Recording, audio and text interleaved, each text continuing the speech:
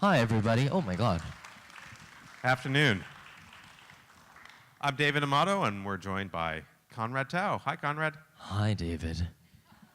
So we're very lucky because Conrad is the composer of the concerto today, Rapport Prize-winning concerto. He's also the soloist, and so one would think that someone of normal human capacity would want to hide away in their dressing room in the minutes before the concert, but Conrad is not such. Conrad has been very generous with his time, and we appreciate you being here right before the concert. Oh, well, it's lovely.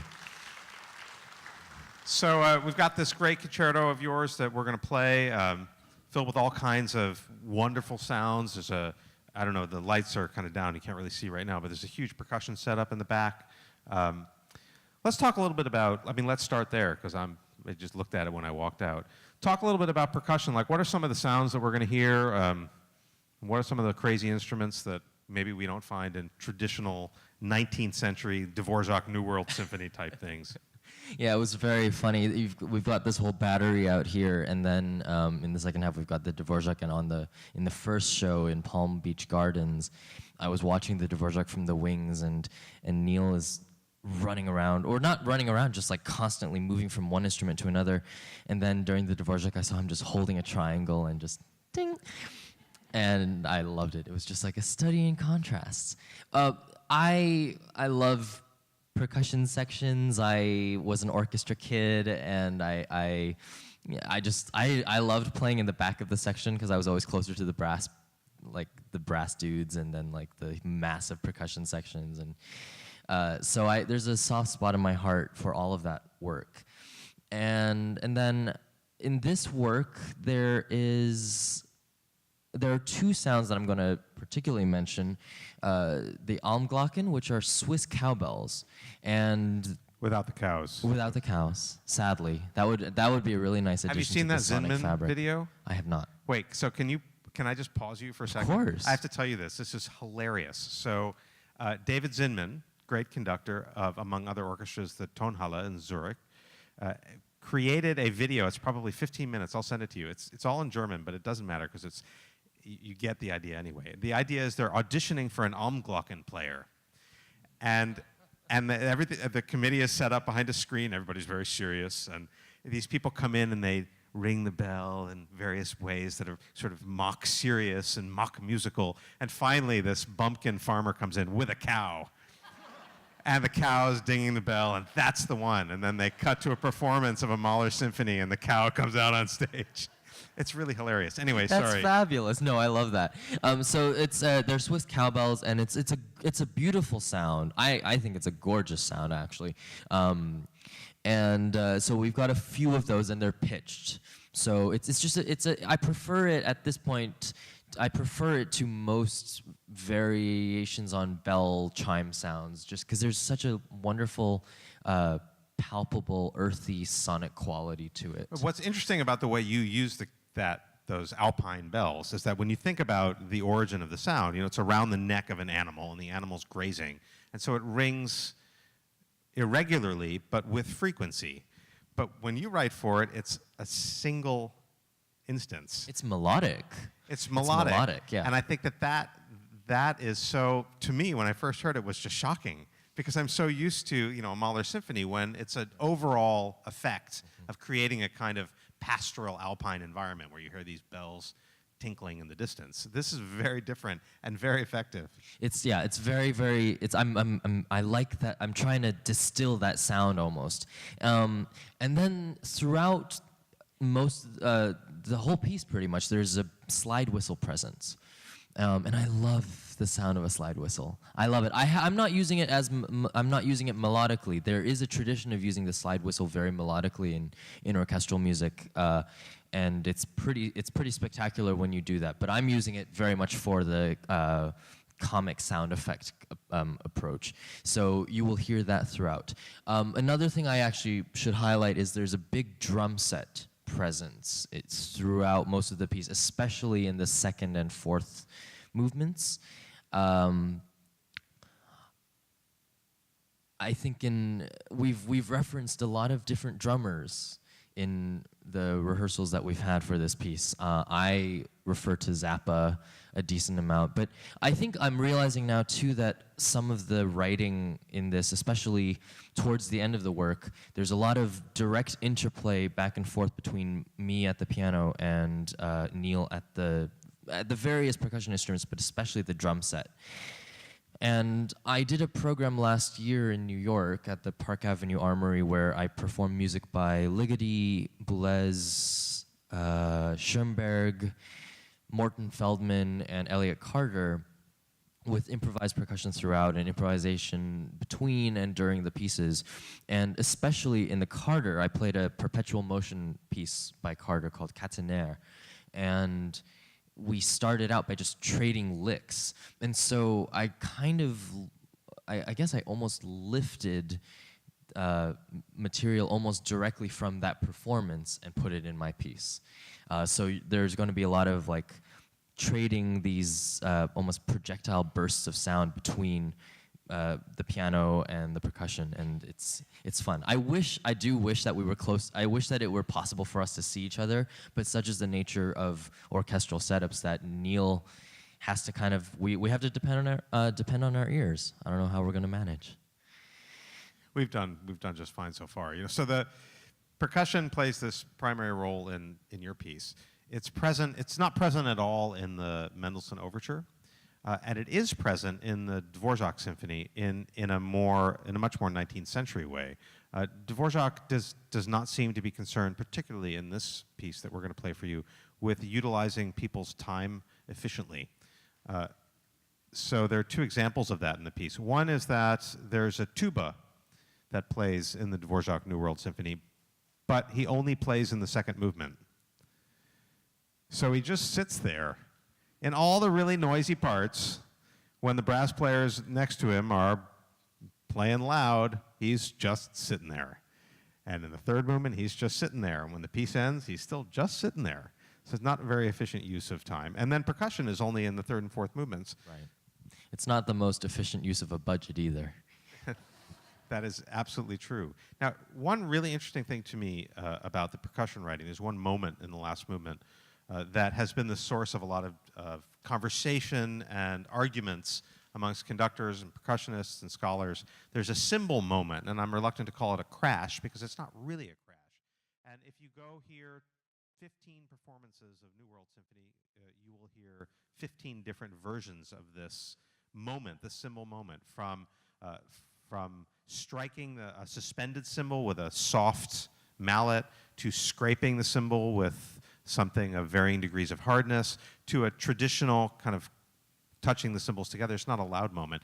To touching the cymbals together but not pulling them apart after you touch them together so they kind of sizzle, or rubbing the cymbals next to each other. Nobody seems to know exactly what it is. And I've asked Neil for this run of concerts.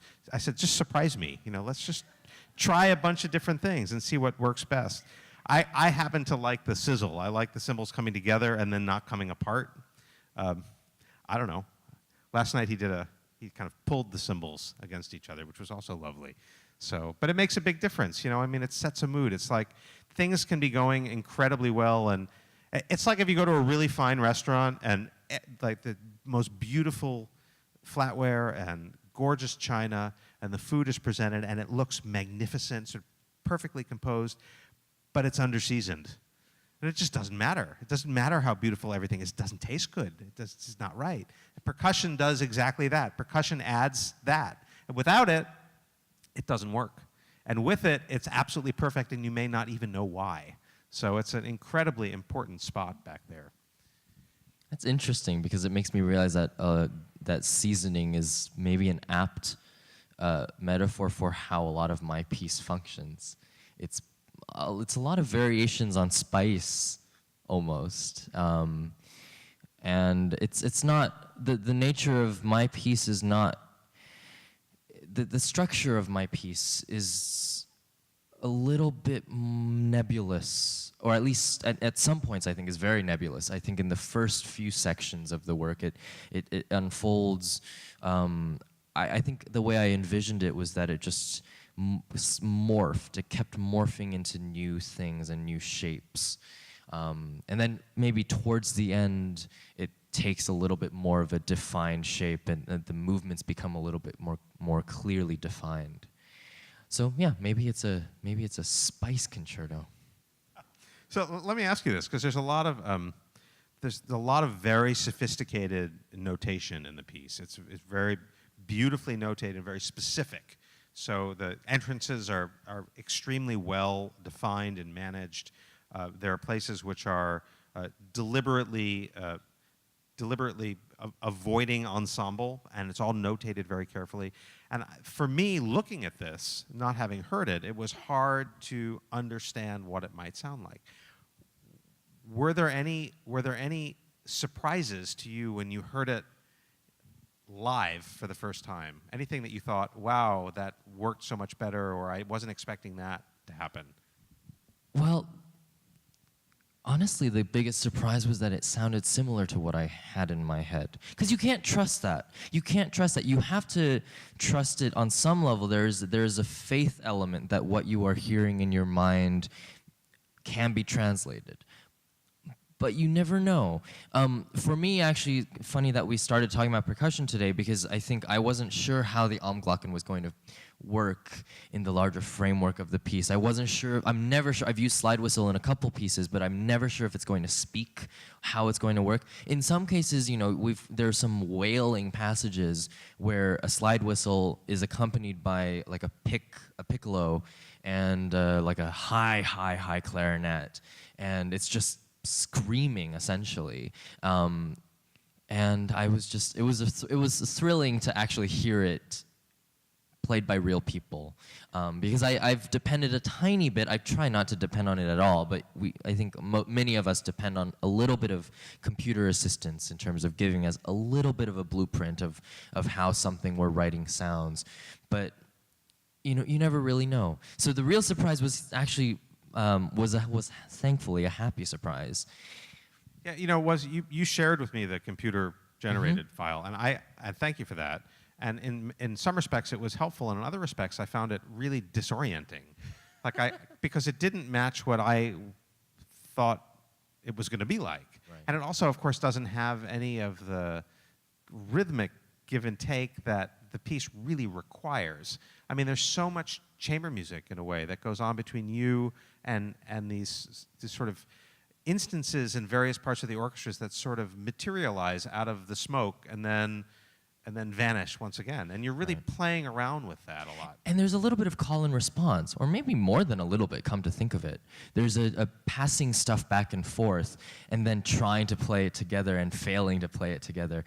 It actually, I've been talking a little bit this week about how there's shades of like a classical performance approach almost, or shades of like a classical structure or something. I keep coming back to this idea of Mozart, and one thing that it reminds me a little bit of in practice is I love chamber music. My absolute favorite kind of music making is chamber music. And when you're doing, especially when you're doing Mozart chamber music, or if you're doing an arrangement of Bach or something like that, one of the most enjoyable things to do is to stick in ornamentation, because that is part of the performance tradition in Mozart and Bach, and others of the time period. You stick in ornaments, you stick in little extra flourishes in addition to what's in the score. And since there's so much call and response written in the score, you stick in an ornament and someone responds, and they choose whether or not to try to imitate your ornament or ignore it, or respond with something different. And there's something so thrilling about that meeting point for me. Have you ever been in a performance situation where there's that kind of response to something you've done, and it becomes a kind of anything you can do, I can do better? It's a little bit of a game, yeah. It's not anything you can do, I can do better, so much as, oh, you do this. It's more, in my experience, it's been more like, oh, that's what you're gonna do? Okay, then what are you gonna do with this? And it's more just, how can we surprise each other? That's great. The closest I've ever come is there was something that happened, and I don't remember the exact circumstances, but it was some funny missed note in the exposition of something, and then in the recapitulation, I decided I would play the same note. I do that all the time. I do that all the time. You know, I mean, so another thread running throughout my piece is this idea of improvisation. There's an improvisatory spirit running throughout my piece. There are also references, some vague, some a little bit more specific to the tradition, the modern tradition of improvised music, especially here in the United States. The piece's title is The Oniroi in New York, and so there's a sort of it's situated in some way in a certain kind of history of jazz and improvised music and popular music. But I lost my train of thought. I'm so sorry. I don't know where well, we let's were talk going. about jazz. Yes, because sure. there's, the last movement is so, there's a lot of jazz reference in a lot of places. Sure. But the last movement, I feel like it There's really actual comes swing. to the surface. There's actual swing in the last movement, which I don't even like listen to very much jazz that has swing. But it's a driving groove, and it just seemed natural. And what's so great about that moment in the last movement is that, and all the movements, by the way, are connected. So it's not like there's going to be a big moment of sort of, between each movement. So it's about 22 minutes long. Yes. 4 movements. Right. But what I love about that moment when the groove finally comes is you've spent the previous, I don't know, 16, 17 minutes occasionally hinting at grooves, but often pulling the rug out from underneath us, right. and sort of forbidding us to indulge too much in a groove. And then finally you deliver it. And that reminds me a lot of somebody like David Lang.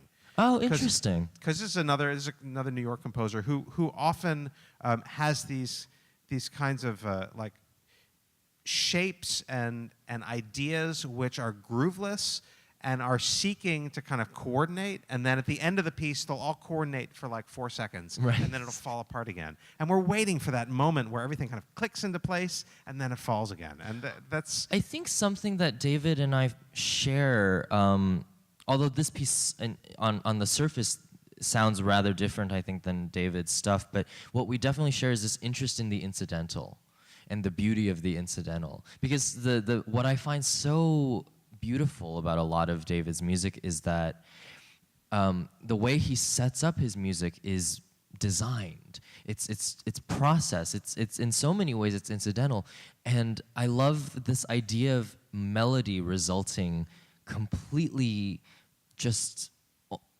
by accident. And I don't even like saying by accident, because it is obviously designed, but it's this fascination and this faith almost that the incidental can yield beauty and surprise and all of that. I think we share almost like a spiritual fascination with that. That's a very interesting observation, because I think that for me, from a practical standpoint, looking at your score, I feel like it can't be incidental. No, it's right. It's so well notated. It's so well crafted. It's clearly thought about a lot. It doesn't.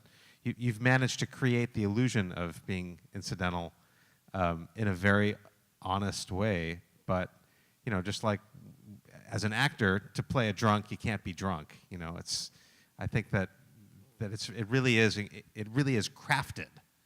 It's tangential, and it's really not related to music, but there's a grain of truth in this. I don't remember what actor it was who I heard talking about this, but the key to playing drunk is that you're not just playing drunk, you're playing drunk but trying to be sober.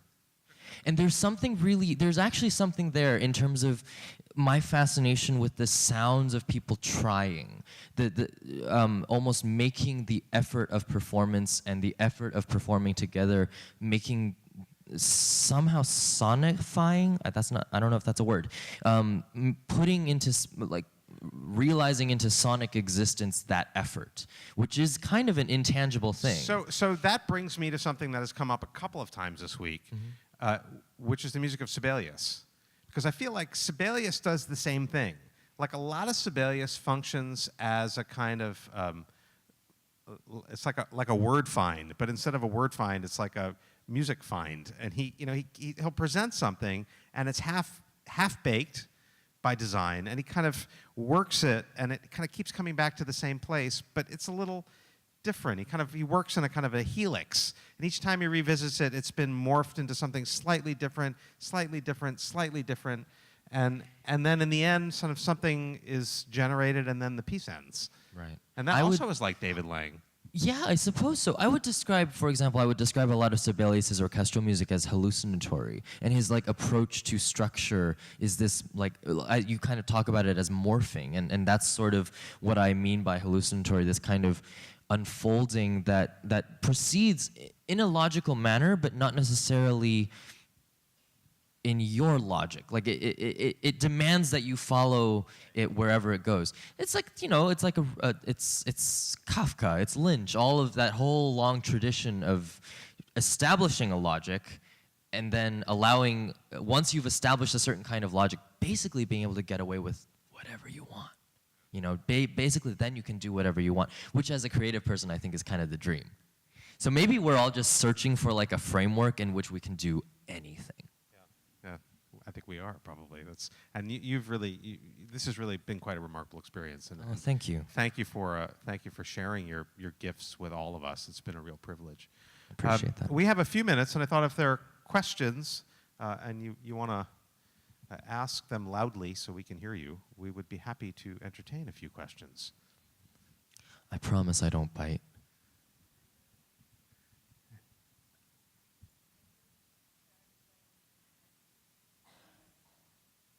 Yes. So I did indeed start playing the piano at 18 months, which the only reason I repeat that story at all is because there's a little bit of VHS documentation in existence.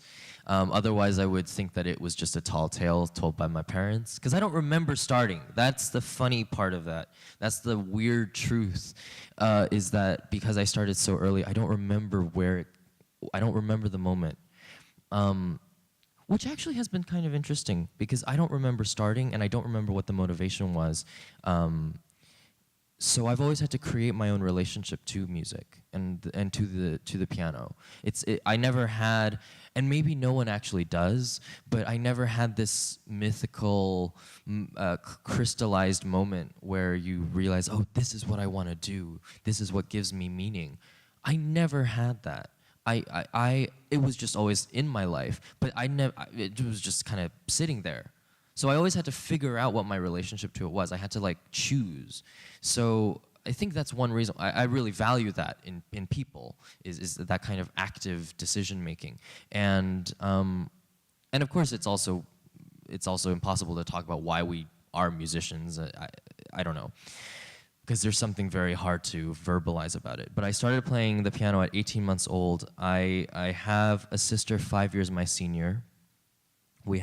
She was taking lessons when I was born, and we had an old, upright, brown, beat-up Baldwin in our house. And I remember it from when I was around 4 or 5 years old, and I started violin lessons when I was 2. After initially playing at 18 months, I was playing nursery tunes by ear at the piano. I have absolute pitch, so I think that was how I made the initial connection. I started violin lessons shortly after because community piano teachers had wanted nothing to do with a little baby. We live, after all, in a country that is lawsuit happy, and no one wanted to hurt my hands. And so violins, unlike pianos, come in extra small sizes. So my first violin was a 32nd size violin, which was about like this small. I still have that. And I don't know, I started very early, and I'm very grateful that I started early, because it meant that certain aspects of the vocabulary of Western music were just there already. And it also, I think, shaped my relationship to music in an interesting way. Yes, in the back.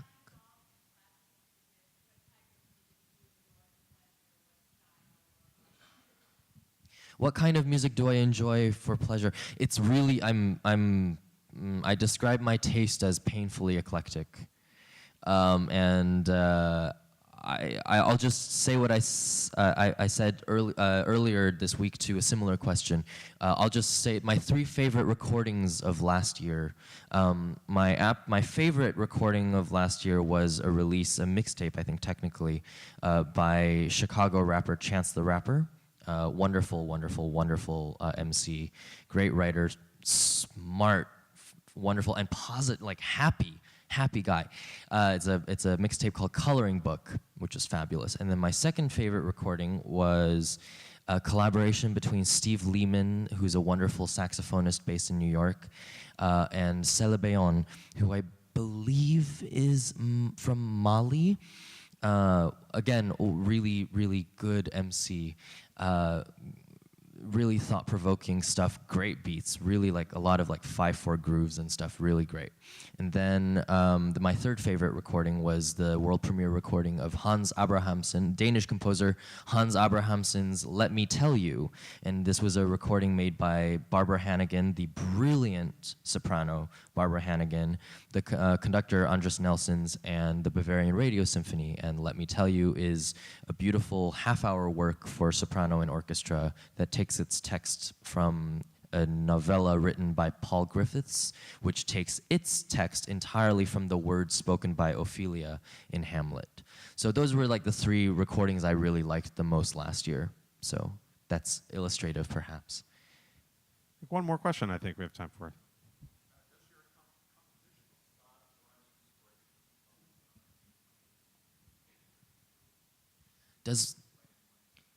Does my compositional style take inspiration from any 20th century musicians in particular? Definitely, it definitely does. As mercurial as my taste is, I suspect that my approach to style in my writing is also equally mercurial. So in this work, for example, I think we talked a little bit about jazz. So specifically, there are the 2 most specific pianists and improvisers that are referenced are Art Tatum. I think I, at one point, quite explicitly steal a Tatum lick. And the one Tatum lick, right? Yeah, pretty much I mean, let's be honest. We Tatum love Art Tatum, but he kind of does the same thing over and over again. So if you know some of those solo piano recordings, and if you can hear the piano at that moment, there's a lot of stuff going on at that moment, but it was my little homage. There's also a couple, I think the ghost of Cecil Taylor, not ghost, he's not dead, but Cecil Taylor's influence is definitely looming over the whole work, but there are a couple moments that are specifically homages. There's one particular moment where I scream, which is inspired by Cecil Taylor's improvisations. And then in terms of other composers, in this work, I think there was a lot of influence from, harmonically, from Boulez, from younger composers too, from peers of mine. The music of Chicago-based composer Anthony Chung. Gorgeous, gorgeous music. I think there was something I sensed in his music that made me feel like I could do whatever I wanted to do in this work. There's Boulez, there's John Zorn in the piece, and in the last movement, I think there's shades of John Adams. So it runs the gamut. There's definitely a lot. Though there's a lot in there, though, it's clearly your voice, and that to me is always the sign of like the real deal. Is when a composer can come and have their own distinctive voice, like you have done in this piece. So as I say, it's been a real honor, and we hope you all enjoy it. I know we certainly have enjoyed it on the stage. We're having a good time. Thank you, Thank Conrad. you.